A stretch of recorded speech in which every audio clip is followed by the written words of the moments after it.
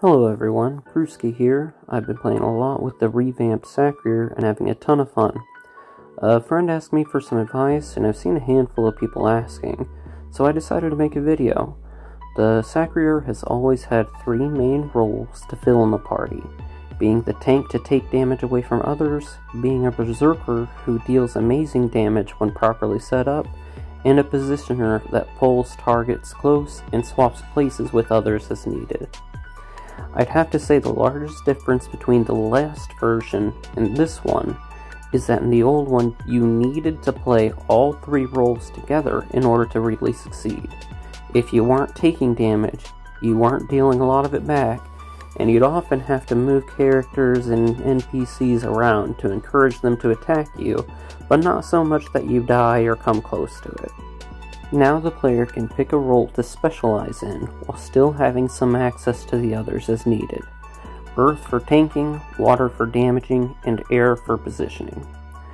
So first let's talk about the characteristics. This is one of the more intimidating factors for players used to the old Sacrier, as Vite costs were 1 point for 2 vitality, double what every other class had, and the soft caps for everything else were an oppressive 3 points.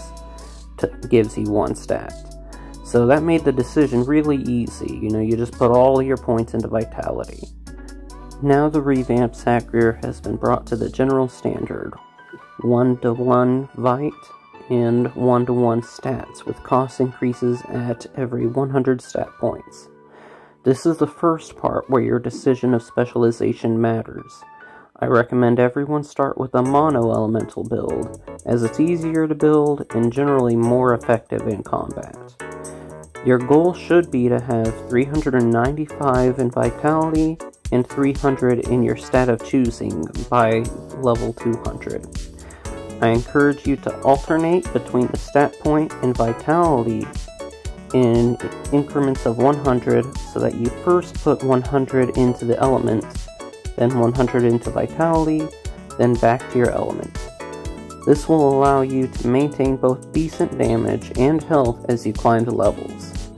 Killing the enemies faster, of course, prevents them from hurting you more, but you can't do any damage if you're dead, so there's a balance to maintain. If you do this, I'm sure you'll do fine, but you're welcome to experiment as you wish, since there are options to restat, though they can certainly take time or money.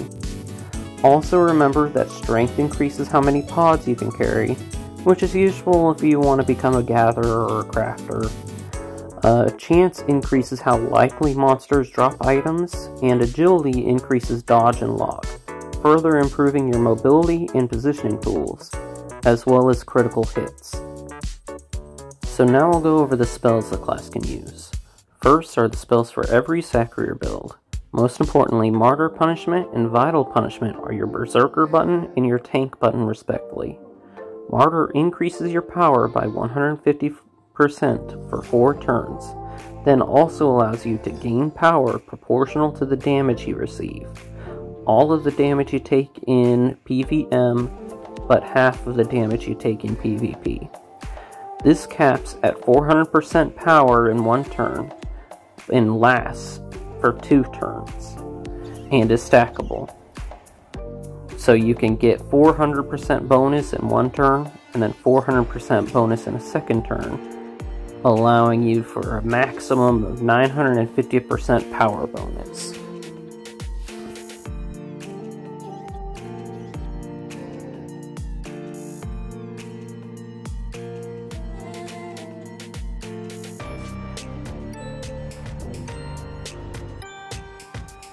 Vital Punishment acts like a mix between Yop's Vitality and Feka's Shield, granting the Sacrier a Vitality bonus equal to 20% of their maximum Vitality, as well as triggering an effect that reduces the damage they receive.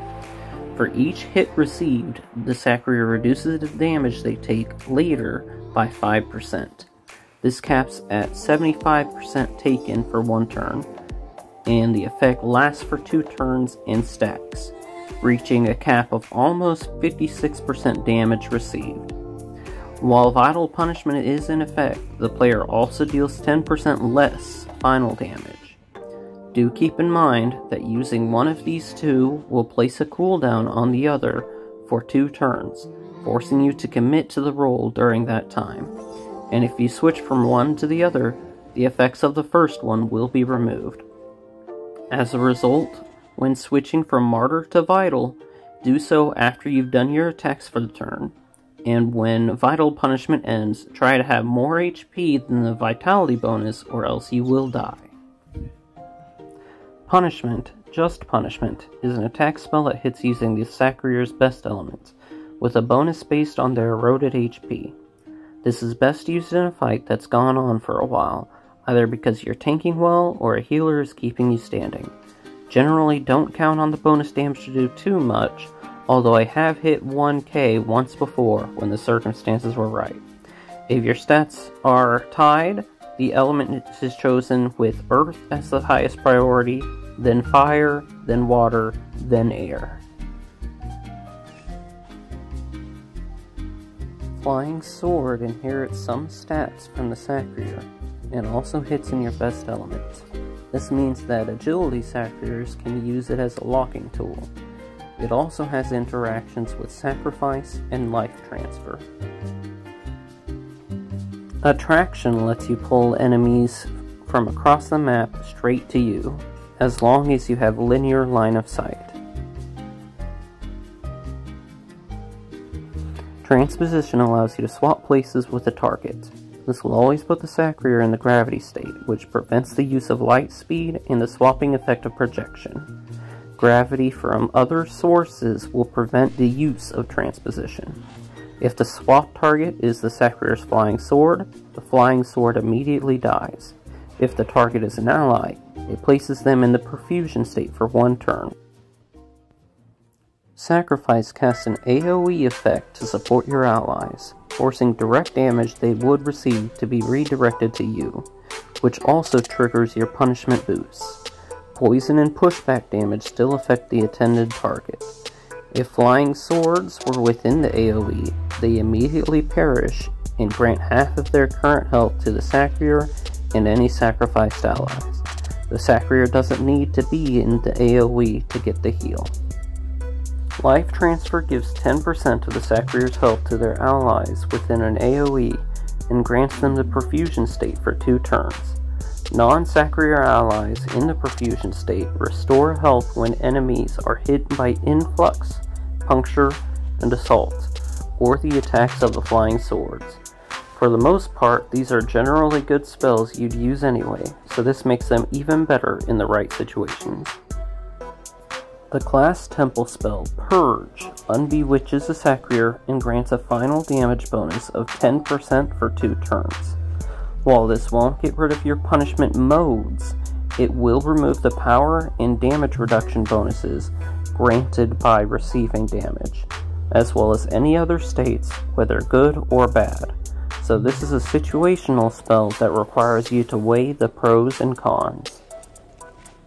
Lastly, there's the Sacrier Doppel, though I'm not sure how effective that could be when it dies in 2 turns.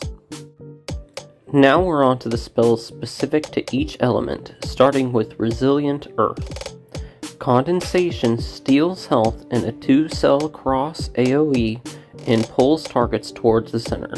Targets are pulled in the order of top right, bottom left, and top left, a clockwise formation. This is an effective positioning tool for any build. Sacrier's Foot steals health in a staff AoE and reduces dodge. If you need to restore health or attempt to lock a character, this is the move for Earth builds. Coagulation deals damage and applies a shield equal to 1/2 of that damage. This is the move for when you're at or close to full health. Lastly, Influx deals damage in a 3-cell circle AoE. It's great for when you can hit a lot of enemies. Next are the Ferocious Water spells, starting with Hot-Blooded, which pulls the Sacrier to the target and reduces the dodge of the target. It's a useful positioning tool that hits hard. There's also Puncture, a moderately ranged attack that does not require line of sight. allowing the Sacrier to hit targets through walls, characters, and objects. Fury has a bit of range in AoE, but most importantly increases the damage the caster deals for 3 turns. This stacks without a cap, limited only by how often you cast a spell. However, if you are hit before your next turn, you lose an extra 1% of your health, and this effect also stacks. Then there's Dissolution, with an AoE directly around the caster. This spell both deals damage and steals health, so it gets twice the damage bonus from Fury, and reduces the lock of targets while increasing the lock of the caster. It's a great tool for when you're surrounded or would like to pin down or move around a target. Finally, the Adroit Air Spells. Assault steals health and deals damage, so it gets double the damage bonus from Fury and flat air damage. Hemostatic deals damage and grants the Sacrier an MP parry bonus.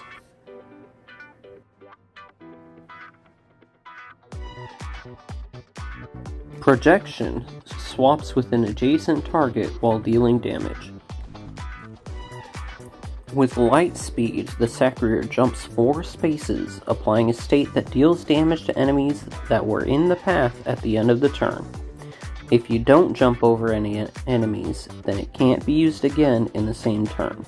However, the state cannot be applied to the same target twice, so there is no value to hitting a target twice with this spell, aside from the movement.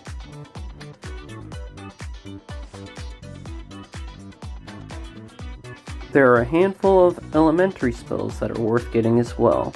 The Moon Hammer for Agi builds, which I recommend as it gives a decent ranged attack where the Sacrier doesn't have anything that hits as far. Weapon skill and release spells are always useful, and if your critical hits are at 1/2, then the Chafer and Arachne summons do have some use as well. And now that we've gone over what each spell does and how they can be useful, you might be wondering which spells to prioritize when you're leveling up. So I'll give my recommendations, but do notice for the spells I don't mention that their utility generally won't increase very much by leveling them up. Strength builds should level up Sacrier's Foot, Coagulation, Condensation, Punishment, Influx, Flying Sword, Martyr, Punishment, Vital Punishment, Attraction, Transposition, Sacrifice, Life Transfer, and either Weapon Skill or Fury. Chance builds should level up Fury, Puncture, Dissolution, Punishment, Hot-Blooded, Flying Sword, Martyr Punishment, Vital Punishment, Attraction, Transposition, Sacrifice, Life Transfer, and either Condensation or Weapon Skill.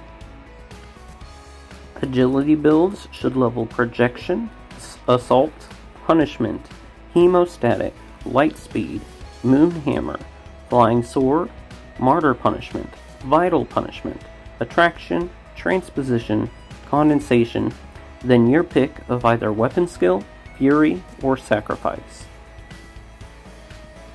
Gearing the Sacrier is quite simple. Focus largely on gear that increases your vitality and your element well, while doing what you can to raise your MP and AP.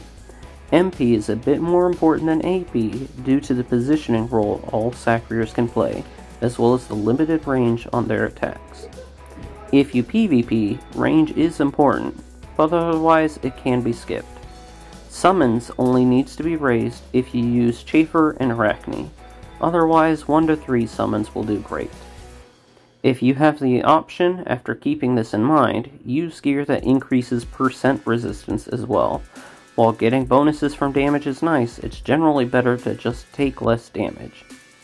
Strength and Chance Sacriers may want to increase their lock and dodge with trophies, while agility should avoid items that reduce these stats.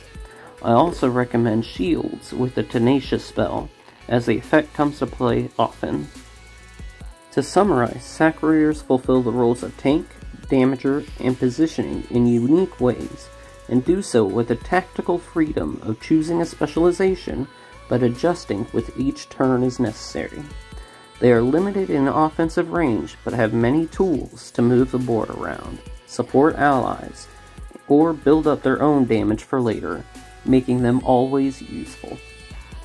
Special thanks go to Darkstalker and Salty Rars for lending me Earth and Chance gear to record using them in this video, as well as to Salty Rars for helping me demonstrate how the punishments work and the Sacrier support functions. Finally, thank you all for watching. If you have any questions, just leave them in the comments below, and I hope you all have a great time playing with, beside, or against this class.